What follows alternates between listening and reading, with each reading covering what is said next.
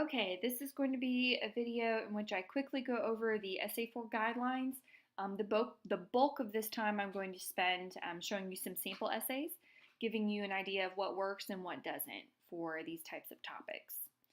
All right, so for Essay 4, you may choose any topic within reason, and really your only constraints is that you must use one of the following rhetorical strategies: division classification, comparison contrast, or cause effect. And I'm sure you're catching on to the pattern that the week after you learn a strategy, I'm asking you to write a paper using that strategy. So, hopefully you did that during week 3. You watched the video on these different strategies. You may want to go back and review the notes, watch the video again just to refresh yourself on what makes a good division classification essay, and so on and so forth. Most of the other guidelines are very similar to what we've had before: MLA formatting, 500 to 750 words in length, include a word count. As far as the style of this essay, you may use first person, so you can give personal examples, refer to yourself. However, you may not use second person, so avoid any use of the words you or your. This is not an essay wherein you address your audience as you did with the process analysis. If you have an idea for a different topic, that's fine. Just shoot me an email. Check it by me first before you proceed with that. Some topic ideas that I give you for classification division: you can talk about different types of college freshmen or college students in general, different types of sports fans or moviegoers, different types of bosses or coworkers to avoid. And the division classification lends itself towards lots of different just interesting topic ideas, so feel free to be creative there. Comparison contrast: you could write a comparison of high school and college, or 2 places you have lived, or 2 team sports. Cause effect: you could talk about the effects of social media. You don't necessarily have to delve into both cause and effect just because this is such a short essay. The effects of traveling to a different country. Procrastination, that probably you could, spend a paragraph on why we procrastinate and the effects of procrastination. So just because that's a pretty narrow topic. So I will warn you that cause effect is just the most difficult one. I'm not sure why, but students tend to struggle the most with organizing that one, with staying focused on cause and effect. And if you feel really compelled, then go for it. I have had students write that successfully, but it's the more difficult strategy as opposed to these first 2. All right, so let's look at some sample essays.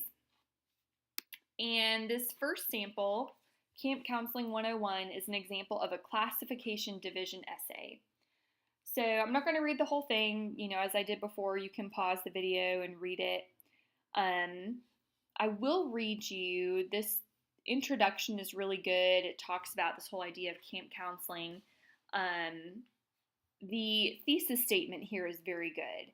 Although campers are unique, they can generally be sorted into several categories like the camp athlete, the stubborn camper, and the impatient camper.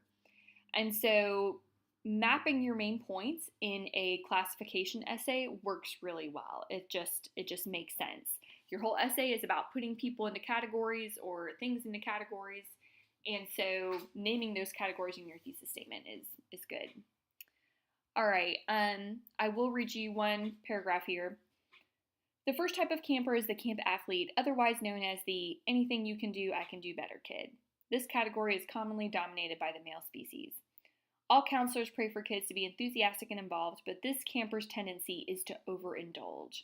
If he wins, then his immense gloating will scar the feelings and emotions of the other campers. On the other hand, if he loses, then the world suffers a temper tantrum and endless pouting. Is it possible to control the future LeBrons and Mannings of the world? Let them play, but keep Gatorade handy in case the game gets too heated. And so this is a good body paragraph, clever labeling, good examples of what this camper is like, a couple little stylistic issues. You can see my comments. I'm not sure why this student put this one sentence in parentheses. That's not really necessary. But this is a very good example. And like I said, the classification division, it's very easy to organize this type of essay, and your topic sentence, just falls into place very well. this is the first type of camper. And then she transitions into the next type of camper is guaranteed to tap dance on your nerves more than most. Meet the stubborn camper, typically called the born without ears kid. And then she goes on to talk about that. So just use good supporting details. So this is a good example of classification division. And again, I'm just giving you the first page of the essay, not the whole thing. All right, so the next sample essay, this is a comparison contrast essay, and this is a decent, like most of the content is okay, but it has some of the common problems that students tend to struggle with in comparison contrast, which is it's a little choppy, it's a little back and forth and back and forth. So let me just give you an idea of what that means. Salsa and swing are both fun and upbeat styles of dance, yet they contain many differences. Salsa and swing differ when it comes to music played, the environment, and the type of people. Salsa dancing and swing dancing are great ways to spend time. However, salsa dancing is more energetic and uplifting. Well, do you see how every single sentence starts the same way? Salsa and swing, salsa and swing, salsa and swing. And that's just very choppy. It's very sing-songy. It doesn't flow very well.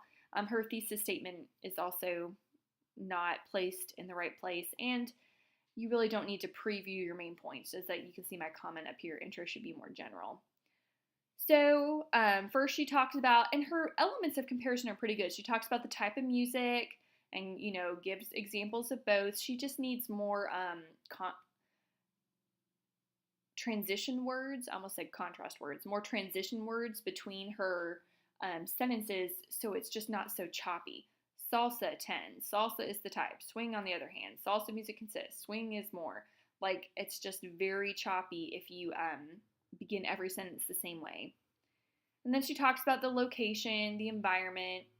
The main problem with this essay here at the bottom, and this is again something that students commonly fall into, so I'll read this paragraph. The type of friends to dance with is what make the dancing experience enjoyable or a waste of time. When I went swing dancing, I went with 2 other girls and 1 boy. And that made the evening less enjoyable because we were not evenly matched. I was forced to dance with people I did not know. The girls outnumbered the guys as well. Because of this, some girls were forced to dance with other girls during the teaching session of the night. Salsa dancing, however, was quite the opposite. It worked out that we went in a group of 4 guys and 4 girls. So here, and you can kind of see my note, this isn't really parallel to the rest of her essay, wherein she's actually comparing the 2 types of dance. She's comparing her specific experiences. So it's not really a consistent type of organization. And that is, if you go back to that video about comparison contrast, I talk about how your elements of comparison need to be consistent. They need to be parallel. So just watch out for that. Otherwise, it's like a decent topic. It just has some of the common stylistic issues that students struggle with in comparison contrast. All right, and then the final sample essay, I have the effects of traveling to a different country. And to be perfectly honest, this is a pretty negative example the student really struggled with. And I just want to give you, again, this is a common way students struggle with some of these cause-effect topics. Okay, so he says, not many of us that live in America get the chance to travel outside our beloved country. Problems being that the cost is too much or we have no desire to leave our comfort zone. But for those that do get the chance, the reward is much greater than the cost because of the experience that you gain from it. Now I will point this out. Don't be thrown by this comment. Thesis should match outline. I used to require outlines from my students. I don't anymore. So that's really irrelevant to you right now. It's okay. And his thesis statement, the reward is greater than the cost because of the experience that you gain from it. I would like you to be more overt. Several of the effects of traveling to a different country are incredibly rewarding. Okay, if that's going to be the focus of your essay, then use the word effect or use the word cause in your thesis statement. Make it very clear which rhetorical strategy you're using. So then he spends his first paragraph, and you can pause and read this paragraph about, and here's the thing, he leads us to think that he's going to focus on effect, and this paragraph really doesn't. It's just kind of talking about some of the reasons people don't go to a different country, and that's not relevant at all. His whole paragraph should be focused on the effect of traveling to a different country. And so then he gets into his second paragraph.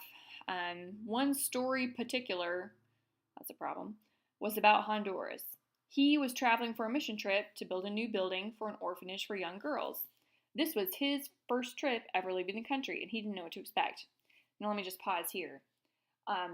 Use first person, just talk about yourself. I was going on a mission trip to build a new orphanage. This was my first trip leaving the country. I'm not sure why this person chose to talk about himself in third person, but it's very awkward because we don't know who he's talking about. So use first person. And the problem here is that he just kind of he drifts to a narrative. And he spends the whole rest of the paper just telling the narrative of his trip. And he never actually talks about how the trip affected him. Now, here's the thing. If you're going to talk about the effects of traveling to a foreign country, you do have to spend some time describing what it was like. All right, we were in Honduras. We saw people in poverty.